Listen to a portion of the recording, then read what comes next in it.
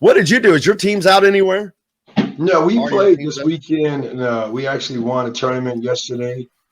And I got something great to talk about.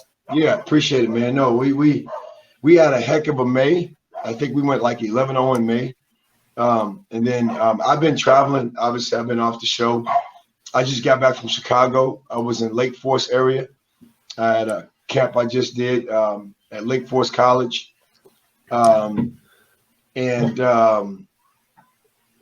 We played this weekend. It wasn't pretty, and I got something I want to talk about in regards to what I feel IU is going to have to learn to do. And I think fans too, they have to learn to watch probably some ugly wins. Because I don't know if right off the bat you're going to see beautiful basketball. I'm not also trying to create some type of controversy, but let's go to what we just seen over the last several years, and you're going to have a lot of mentality shake up, break up you got to get through. And if you want to watch something, what I watched this weekend is what I feel IU is going to go through because it was ugly. Every win we had was not pretty, but we figured it out when we needed to in segments. So I want to talk about that, to kind of growing pains. Mindset on that. Growing pains. I mean, It's like there's a comment from Tony talking about the job Coach Allen and staff are doing. Recruiting is outstanding. It's been talked about here, but I think it's just a question of when. If not, IU football gets its first 5-star recruit. There's no doubt about that. But that kind of falls in to what you're saying. Yeah. They've had Indiana football in itself has for decades had to go through this until they got the right guy, which did not seem like the right guy, but it is the right guy. And I'm talking about Tom Allen, of course. And let's face it too, Jeff. I mean, it is what it is, man. Man, I don't care how much someone says they're an expert. Man, you're relying on a lot of other people to help you, and it just so happened to be where it's working out. And I'm not taking anything away from IU football. Soccer figured it out 30 years ago.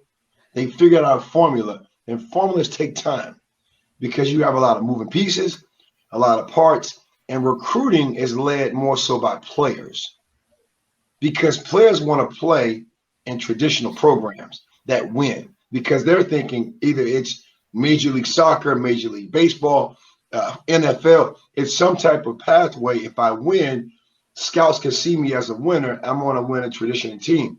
It takes time. And I feel that's what we're going to have to do on this basketball side. It's going to take some time. And the difference between the football and the basketball side, as Tim points out, that he'd rather have a 3-star with a chip on his shoulder, especially in football, I think, or I guess in anything. But in basketball, they're not going to have to start with, and not that stars mean a lot, but lower rated talent. They're bringing in the higher rated talent. But it's still, in what you're saying is there are going to be learning pains, growing pains, pains, because you've got guys fighting for minutes. You've got a new offense, a new defense, new faces, everything is new. Your coaching staff is new. So when you have that much new, there's no way you don't have growing pains. It's a lot of newness. And then again, even with the guys that are transferred in, that's new. I mean, so again, and I'm not painting the picture that we're going to struggle.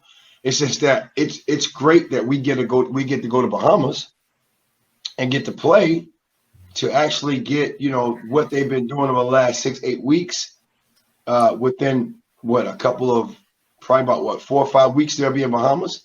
This is August 16th, 15th or something like that around that time frame. 10th, yeah. Yeah. So they'll be really good. So they can see what they're working with and then start to hone in.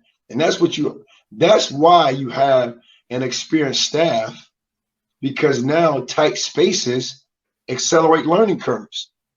That's what's going to happen. You got a great staff that can zero in on some things, and they're going to have to make some great decisions, not necessarily tough ones, but great, and to put the players in a great position to win every game if they can.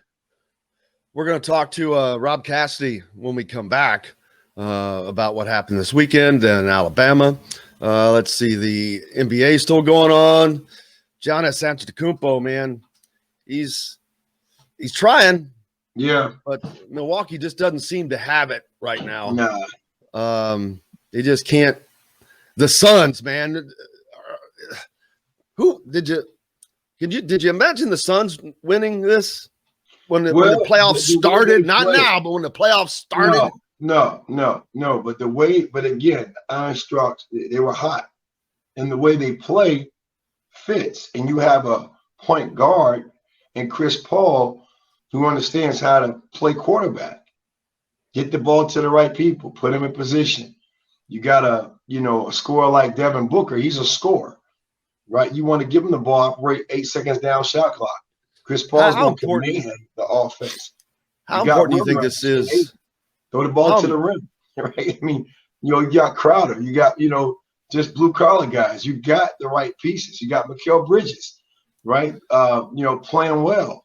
You got the right pieces in place. You got a great rotation.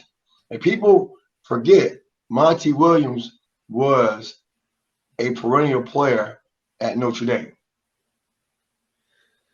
Yep. He was a great player. Actually one of the players I used to watch and idolize. So it's great. And I don't know if you know his story, man. He had his wife and daughter got killed in a car accident years ago. Yeah, man. And Chris, I believe that's when he was with the Hornets as an assistant. And so it's fitting, that him and Chris Paul are back together again, man. So they've been together for quite some time. We'll talk about this later, but how important is this to Chris Paul to win this championship? Man. This is I guarantee it. We'll talk about this more. We got Rob Cassidy coming up next, so we got to take a break. We're back with more right after this.